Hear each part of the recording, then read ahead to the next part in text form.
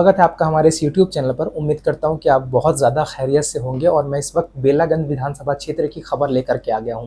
आपको पता है कि ऑल इंडिया मजलिस-ए-इत्तेहादुल मुस्लिमीन ने जामिन अली को यहां से उम्मीदवार बनाया है। अब ये सवाल आ रहा था कि क्या बेलागंज हम जीत पाएंगे?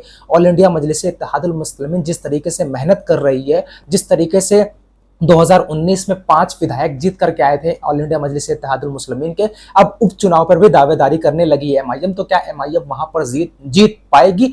इसका ये सवाल जो है वो बना था, लेकिन मैं इन सवालों के जवाब लेकर के आ गया हूं। तो मैं आपको बता दूं, जो आरजेडी के कैंडिडेट हैं विश्वनाथ सिंह, उनकी जमानत तक जब्त करवा देंगे। अब थोड़ी सी खुशी मिली होगी कि भैया एमआईएम के कैंडिडेट के खिलाफ जो आरजेडी के कैंडिडेट है जिनका नाम विश्वनाथ सिंह है और जिनका एमआईएम के जो कैंडिडेट है उनका नाम है जामिन अली लोगों की जमानत तक जब्त करवा देंगे। अब मैं ये कैसे कह रहा हूं, मैं आपको बताता हूं।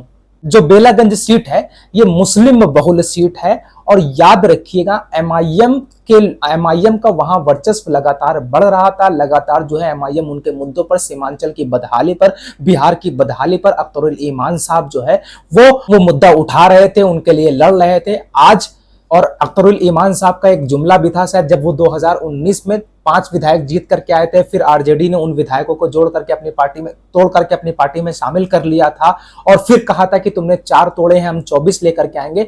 एमआईएम ने जो बेलागंज से जामिन अली को उम्मीदवार बनाया, तो मैं आपको बता दूं इनके जो वालिद साहब हैं उन्होंने भी अपनी राजनीतिक पारी बहुत खेली है और मैं आपको बताता हूं नीतीश कुमार के साथ मिल करके राजनीति सीखी है। अब सोचिए, जो नीतीश कुमार के साथ रह करके राजनीति है, उसका बेटा किस तरीके से राजनीति कर रहा होगा। और जामिन अली जो है वो वेल एजुकेटेड हैं, पढ़े लिखे हैं, समाज को बहुत अच्छी तरीके से समझते हैं, उनका समाज में वर्चस्व है। लगातार वहां पर एक ही नारा लग रहा है कि जामिन अली तुम्हें इस बार जीतना है और तुम्हारे खिलाफ जो भी खड़ा हो उनकी जमानत तक जब्त करवानी है। तो मैं बता दूं वो मुस्लिम बहुल क्षेत्र है और जो जामिन अली है वो एक पढ़े लिखे वेल एजुकेटेड कैंडिडेट है और जिनके वालिद जो है नीतीश कुमार के साथ रह करके राजनीति करते थे। तो सोचिए राजनीति किस तरीके से की जाएगी, राजनीति किस तरीके से चुनाव लड़ा जाएगा, जीता जाएगा और जो बेलागंज की जनता है उनका जो है कल्याण किया जाएगा। खैर मैं आपको बता दूं बेलागंज उपचुनाव जो होने वाले हैं वहां पर एमआईएम जीत रही है, क्योंकि एमआईएम वहां मुस्लिम बहुल क्षेत्र है और आरजेडी से इतना ज्यादा परेशान हो चुका है वहां का मुसलमान,